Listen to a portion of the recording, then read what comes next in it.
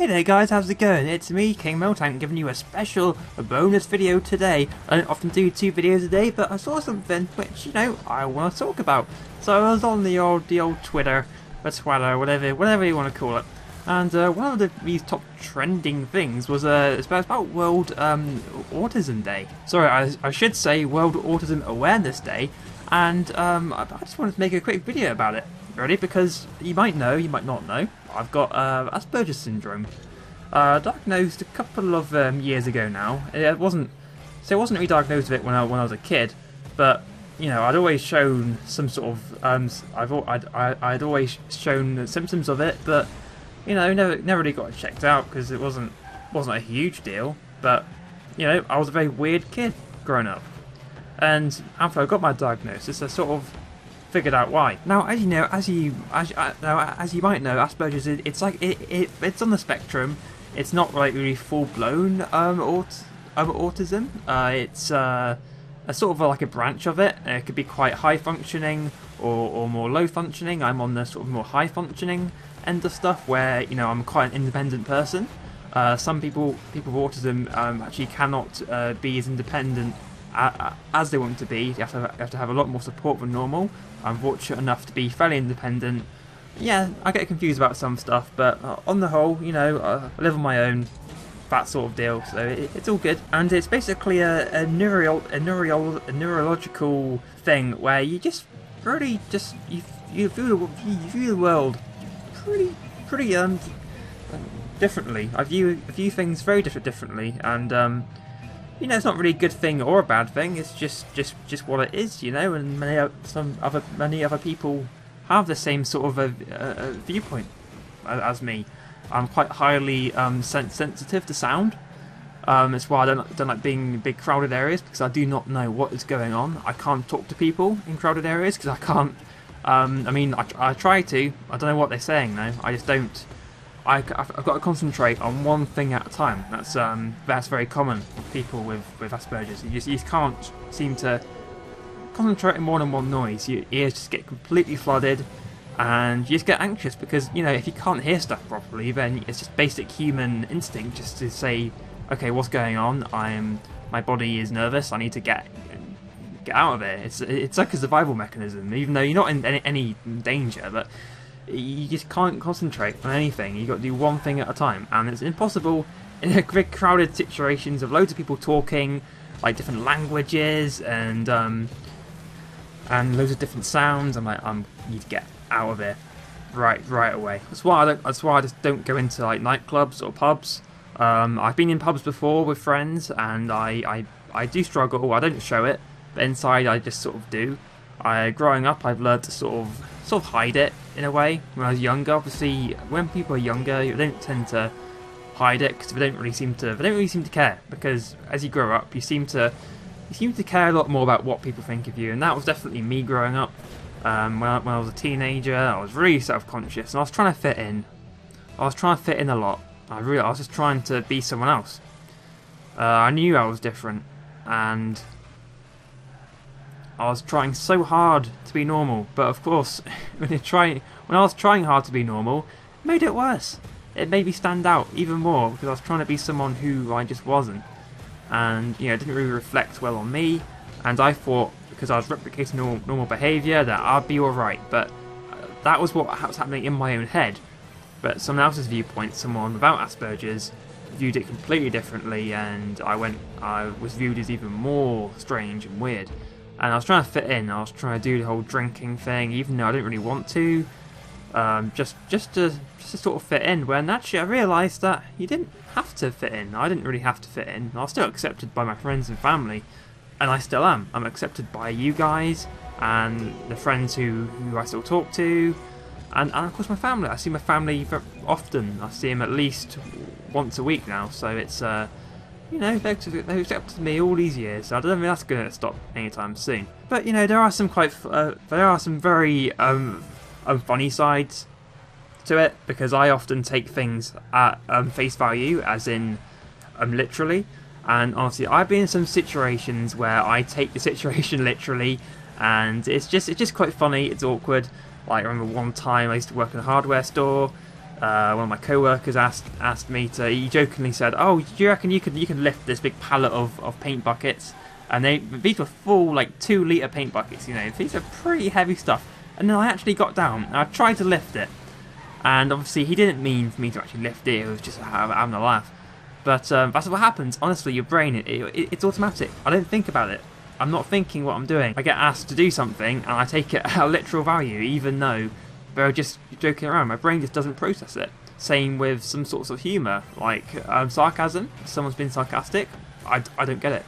It goes straight over me. It goes straight through my brain. My brain doesn't have that processing ability to do sarcasm. It'll just do it as it's being said. So often that ends in confusion as well. But I've tried to sort of adapt to it. So people actually have to tell me that they're being sarcastic, and it'll all be good. You know, it affects other things like relationships. I've never been in a relationship. I've had periods where, like, oh my god, I really want to, and I feel left out because I'm 22, and I've never been in a relationship, done anything like that. I feel behind. In fact, I probably am behind. Yeah, I am behind. I've seen the statistics, but you know, statistics are numbers. You know, yeah, I feel behind. I really do. But most of the time, you know, the Aspergers probably explains it because I just concentrate on my career, on my work, not on relationships. I like working. I have a good job. I'm at college to hopefully get a better career. You know, I do YouTube every day to get better at YouTube. I'm more career driven than relationship driven. I've been around enough relationships and they tend to break down a lot, and I don't understand it. I don't know why people argue. Even though the other night I was walking back from a cinema, I was seeing as 2 people were having a massive argument in the street. I mean, they were shouting at each other and they're pushing each other. I just walked straight by and I was just like, I don't understand it. I don't get it. I just do not understand at all. I don't understand relationships. I don't know why they break down. I don't know why they start. I don't know how to start one. That is definitely, that is the Asperger's sort of fitting in, because relationships are not easy. Your brain makes it very difficult for you to sort of distinguish relationships, what's appropriate, what's not appropriate. So I tend to sort of stay away from that sort of thing, you know. And then you get this sort of weird vaccine shit. I've heard that apparently there's some, you can get vaccinated for autism. I'm like, what? That is some bullshit, guys. I do not believe that one day you will be able to get vaccinated. I think that is pure BS. Plus, it's part of you, and you know, even though some days I wish I'd just never had it in the first place, it's never going to leave me. It's a neurological thing. I was most likely born with it. I think I was born with it, but it doesn't show until, well, it varies, you know. But other than that, I mean, I've still led a pretty good life, you know. I've still done, I've still done things normal people do. I still socialise sometimes. I can go to cinema on my own. Good thing is about the cinema, because when you get in there, it's dark, and you just got one screen to focus on, which is perfect, because it means that no one can see me. I get quite anxious about that, and I've just got one big screen to look at, so that's great. That's why I love going to see a film, even though it is quite a crowded place. But you can't see anyone because it's so dark. So that sort of helps me out. And I still go to college like a lot of people, and hey, I do YouTube like a lot of people as well. I mean, it's not stopping me doing that. I've nearly made 1,000 videos, guys. So I'm pretty sure I can keep going with that without it getting in the way, so it's all good. You know, it's made me more sort of, maybe very undetermined to do well at my work, whatever work I do. I tend to stay very focused on that. I'm very loyal to people, I'm very loyal to my friends and family. I'm very honest with them, I'm very trustworthy. I'm also a little bit of a perfectionist as well. And those traits are often just associated with Asperger's. And I guess the only thing I'd like to work on is more sort of interpersonal skills and empathy skills. Because empathy doesn't come naturally. I've had to sort of learn that. And it doesn't mean I'm a full-blown sociopath, even though it feels like it sometimes.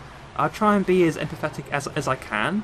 I just find it a struggle. I really find it a struggle. That's what concerns me sometimes. I worry I'm going to end up being like a sociopath who doesn't care about anything. I mean, I do care. I care, you know, I care about my family, my friends, my dog, my cat, and I do care. It's just that with some situations, I think I should sort of hold my tongue, because I can say some quite inappropriate things, and things just don't tend to end so well.